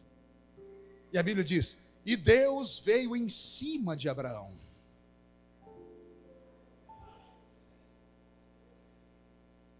E Deus falou assim: Abraão, sim, meu amigão, nossa amizade fez bodas de prata, você sabia? 25 anos. Abraão, de hoje a um tempo, Sara, tua mulher, vai dar à luz a um filho. E Abraão danou a rir. Ele riu tanto que Deus parou e falou: está rindo o quê? Imagina Abraão olhando para cá, para lá, dizendo: Senhor, não tem ninguém vendo. Não precisa me enganar mais, Senhor. Quando o Senhor falou isso a primeira vez, quando eu tinha 75 anos, há 25 anos atrás, eu acreditei. E por que você acreditou, Abraão? Porque eu era um pedaço de mau caminho de homem. Era bonitão, vigoroso, forte.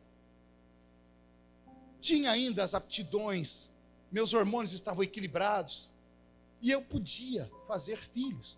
E agora, Senhor, não dou conta mais. Por que não, Abraão? Senhor, dá uma olhadinha aqui. Artrite, artrose, osteoporose, reumatismo, flacidez, impotência. E o senhor acha que eu estou ruim? Dá uma olhadinha lá na minha namorada.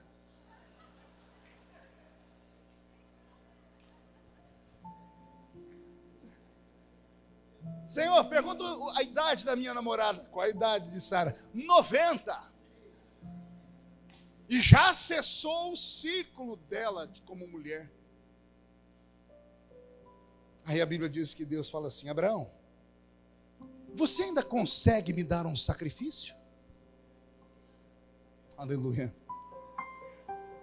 E é o sacrifício mais estranho da Bíblia, porque Abraão vai dar a Deus um sacrifício. Geralmente mata-se um animal, sangra e pega o animal inteiro e coloca em cima do altar, Samuel. A Bíblia diz que Abraão cortou o animal em pedacinhos. E levou tanto tempo entre cortar, preparar. A Bíblia diz que ele pegava um pedaço e vinha no altar. Mas ele vinha assim. Colocava. Voltava para pegar o outro pedacinho, porque ele é muito velho. Demorou tanto que a Bíblia diz que as aves de rapina começaram a voar em cima do sacrifício. A ave de rapina só vai quando a carne começa a cheirar mal. Levou tanto tempo que as aves de rapina estavam em cima. E a Bíblia diz que Abraão se dividiu entre enxotar a ave de rapina e dar o sacrifício. Aí Abraão que disse: e eu estava fazendo isso, de repente passou um vento por mim. E eu vi o vento. Eu nunca ouvi falar que alguém viu o vento. Abraão disse: e o vento passou. E quando eu olhei, um fogo veio de lá para cá. E a Bíblia diz: e caiu um sono profundo em Abraão. Caiu quem em Abraão, igreja? Você vai ver essa mesma história acontecer uma outra vez na Bíblia, e só mais uma vez, quando Adão está no Éden, e Deus diz que vai dar para ele uma mulher. Deus fez cair um sono sobre Adão. O sono de Adão e o sono de Abraão tem uma única finalidade. Pergunte qual? Cirurgia.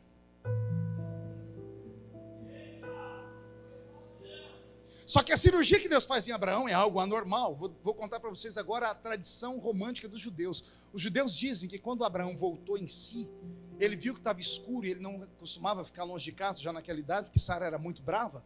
Ele se levantou e foi para casa, rápido. E quando ele entrou na tenda, tinha um menorá aceso, um candelabro. Antes dele se deitar, ele levantou a coberta para deitar. E quando ele levantou a coberta, o que ele viu fez ele quase ter um infarto do miocárdio. Porque quando ele olhou, ele viu uma moça na cama dele. Quando aquela moça acorda, ela olha para ele, puxa a coberta para se cobrir. A tradição dos judeus diz que ela olhou para ele assim: se o meu marido te pegar aqui, ele te mata. Ele diz: se a minha mulher te pegar aqui, ela que te mata. O meu marido é Abraão e a minha mulher é Sara. Mas eu sou Sara. E eu sou Abraão.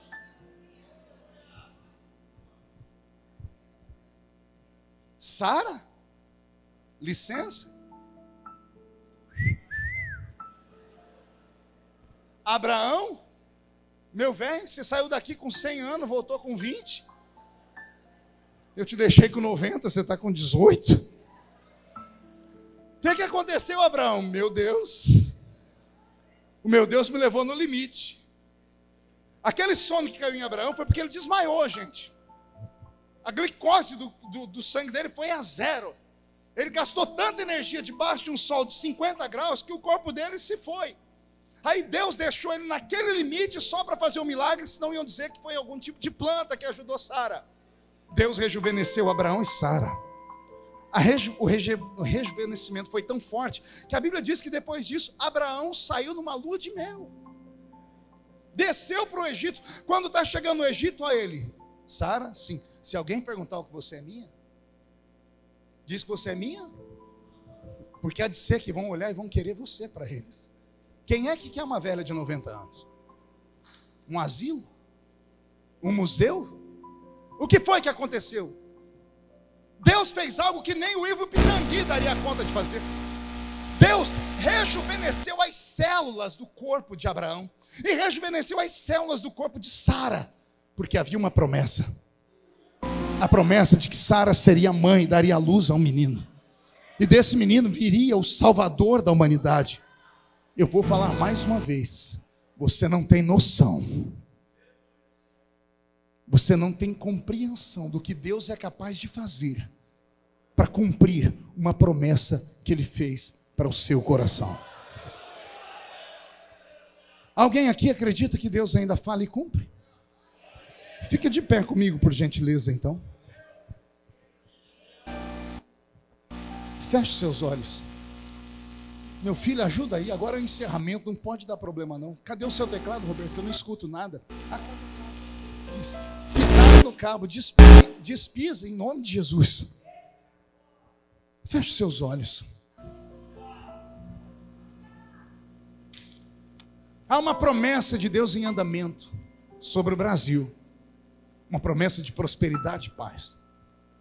No meio da promessa apareceu essa pandemia que tem levado as pessoas ao desespero, ao pânico. Mas se tem um povo que não pode ter desespero nem pânico, é esse povo que está aqui dentro.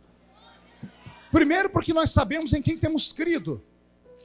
E segundo, porque sabemos que o nosso Redentor vive e vai se levantar a qualquer momento para socorrer a nossa nação e o mundo.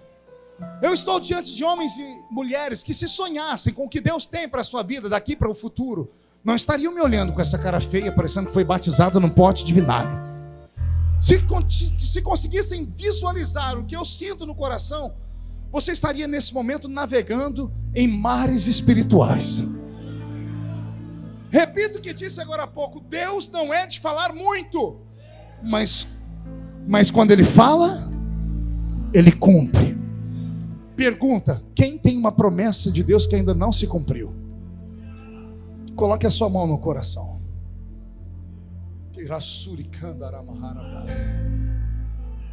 Senhor, o Senhor me trouxe aqui em Cabo Frio depois de tantos anos e colocou na minha frente essa multidão de homens e mulheres que têm uma promessa na vida deles. Também ouvi, Senhor, gemidos, ais e uis de irmãos que já não conseguiam mais acreditar em tais promessas. Mas como profeta desta geração, eu digo que o céu está aberto e que quem viver verá, para ver se cumprir cada uma das palavras que o Senhor falou que ia se cumprir. O Senhor levará homens e mulheres aqui para outros lugares rapidamente. O Senhor fará um reboliço tão grande que o último da fila virá a ser o primeiro da fila. O Senhor vai dar um nó na cabeça dos médicos, o Senhor vai dar um nó na cabeça da sociedade, porque esse menino que está me olhando aqui agora, enquanto eu estou orando, até hoje só olharam para ele de cima para baixo, mas a partir de amanhã, para olharem ele, vão ter que colocar um par de binóculos nos olhos, porque ele vai estar voando acima das nuvens, porque é uma promessa para se cumprir na vida deles. Eu profetizo, ó Pai, que onde houver um crente que tem uma promessa violenta, caia sobre eles a renovação do Espírito Santo agora. Senhor, eu queria ouvir um coral de línguas aqui em Madureira. Terá isso e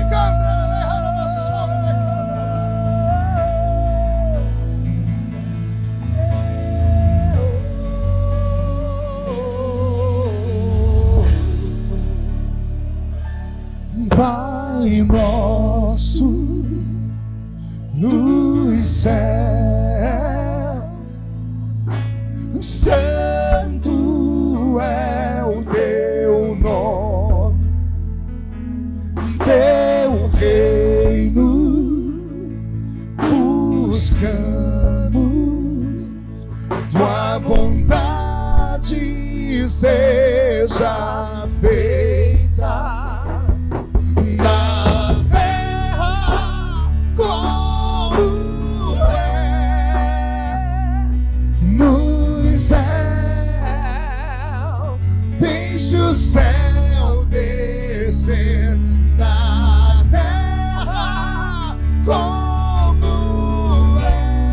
ouvir vocês cantando. Ah, no céu. Pede para um céu descer aqui. Ah, deixa o céu descer. Deixa o céu descer. Deixa o céu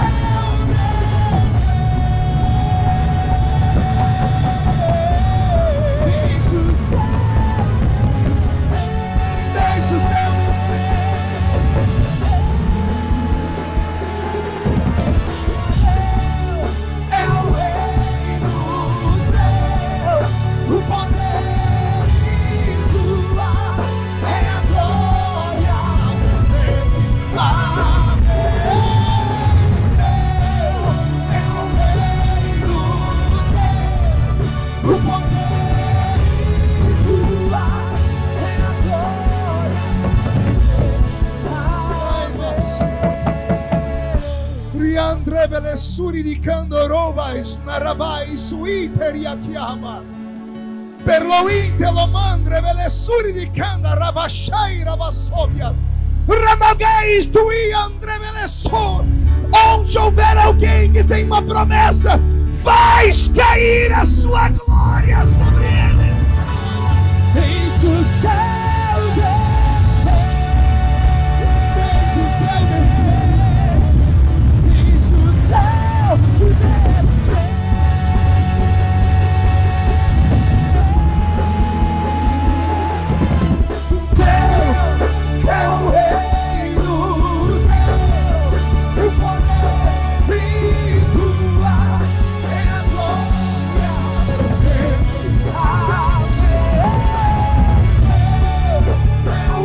Recebe, recebe, recebe o cumprimento da promessa, recebe.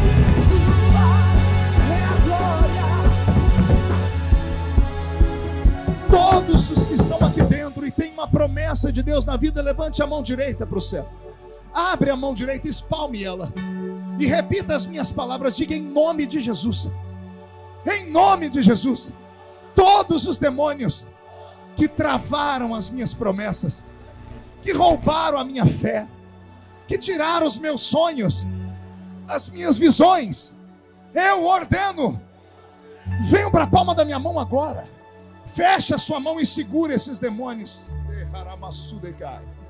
Eu vou contar até 3, você vai jogar no chão e vai pisar em cima. Vai se cumprir Lucas 10 e 19. Eu vos dei poder para pisar sobre serpentes e escorpiões. E aí você vai abraçar 3 pessoas e vai dizer para eles: vai se cumprir a promessa. Se passares pelo fogo, a chama não queima você. Jesus está voltando, Ele cumprirá a promessa. 1, você nunca mais será o mesmo. 1,5, sua família sentirá orgulho de você de novo. 2, quem viver verá para ver o que vai acontecer em Cabo Frio. 2,5, esta cidade será chamada de capital do avivamento no estado do Rio de Janeiro. 3, jogue no chão, pise em cima. Abrace, profetize, profetize, abrace. Abrace, profetize.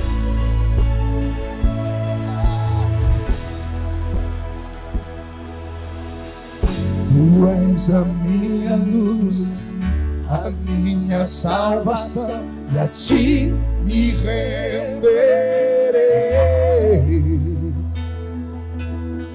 Se ao teu lado estou, seguro em tuas mãos, e nada temerei. Cante.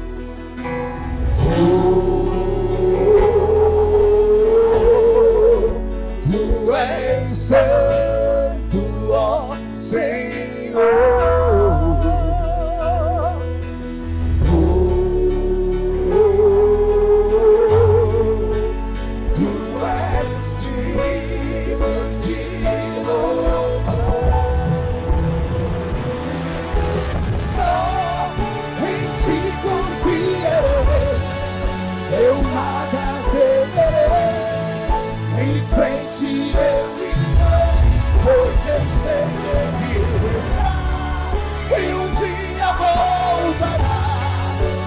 Céu pra nos buscar, pra sempre reinar.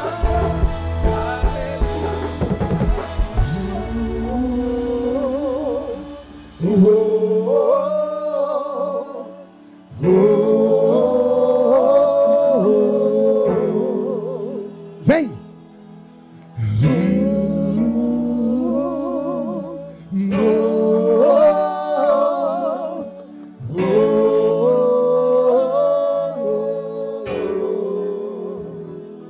Vem Jesus,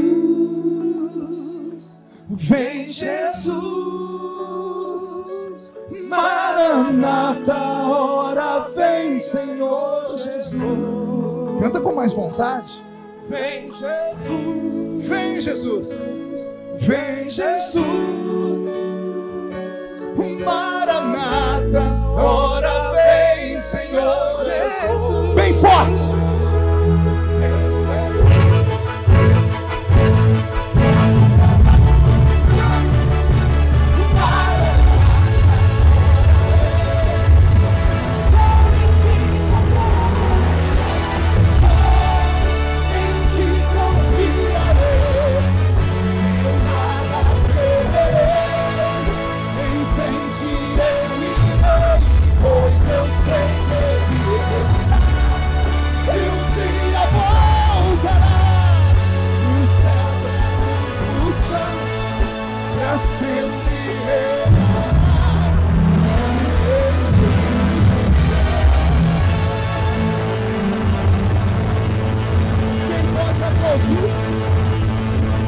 Quem pode aplaudir e gritar?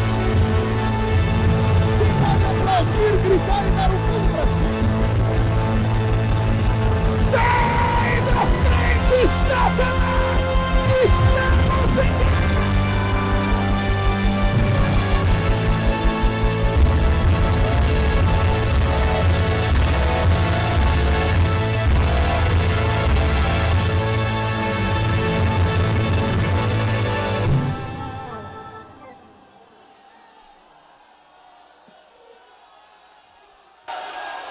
Aleluia. Amém. Murcha a barriga e estufe o peito. E olhe nos olhos desse irmão que está do seu lado. Se o olho dele ou dela não estiver vermelho, enfia o dedo no olho dele. Diga, você entendeu? Aquele que fez a promessa já está apressando o cumprimento dela. Vai haver um reboliço em Cabo Frio.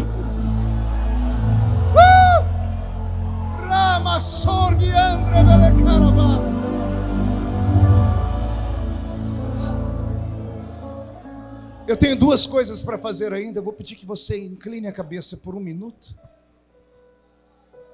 Eu acho que não tem ninguém, mas não custa perguntar. Será que tem alguém aqui afastado dos caminhos do Senhor? Alguém que não frequenta mais a igreja? Veio à igreja hoje atraído pela propaganda. Na verdade, você veio atraído pela oração da família, do amigo. Você está magoado porque a igreja que devia ter te protegido te machucou. E você veio para ver o velho pregador, disse, enquanto eu pregava, se tu me amas, Deus, fala comigo. Deus mandou te dizer que você ainda vai ser pastor. A senhora ainda vai ser uma missionária. Hoje, humanamente falando, é impossível, porque o lugar onde você está, é impossível Deus operar lá. Não que Deus não tenha poder, mas por causa do seu livre-arbítrio. Mas se você voltar essa noite e tiver coragem de romper a multidão e vir aqui perto de mim nesse altar, eu quero pegar na sua mão e profetizar um tempo de mudança. Pastor, mas precisa ir aí? Não tem outro caminho. Se você vier, eu vou te abençoar. Enquanto você pensa, será que tem alguém que não é evangélico? Alguém que veio aqui hoje por curiosidade, ou veio porque a família insistiu, e você veio dizendo, o dia que Deus me tocar, eu vou. Está com frio na boca do estômago, a vontade de chorar. O que é isso, pastor? É Jesus te chamando. Se você pertence a um desses dois grupos e tiver coragem de vir aqui à frente, eu quero orar pela sua vida agora. A igreja vai inclinar a cabeça para a gente não constranger ninguém. Será que tem alguém vindo? Parece que tem um rapaz chegando aqui.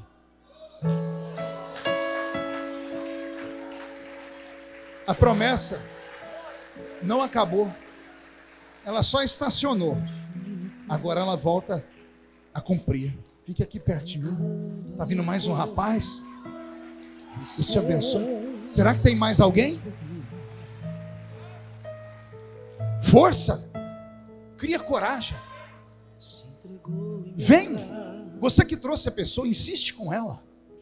Tem grilhões que prendem os pés e as mãos nessa hora. Vem, enquanto você pensa, a gente canta. Com força.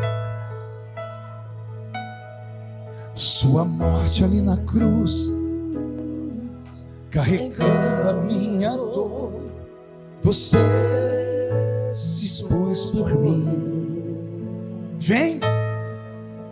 Força, garota.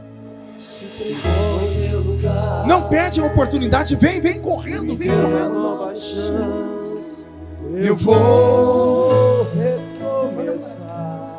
Vem correndo. Vou deixar na cruz. Tá vindo correndo de verdade. Aleluia. Tudo que ficou. Isso, vem chorando, vem correndo. Olho pra você, corro pra você. Teu amor me chama. Vai perder a chance. Vou deixar na cruz Vem, rompe tudo que passou.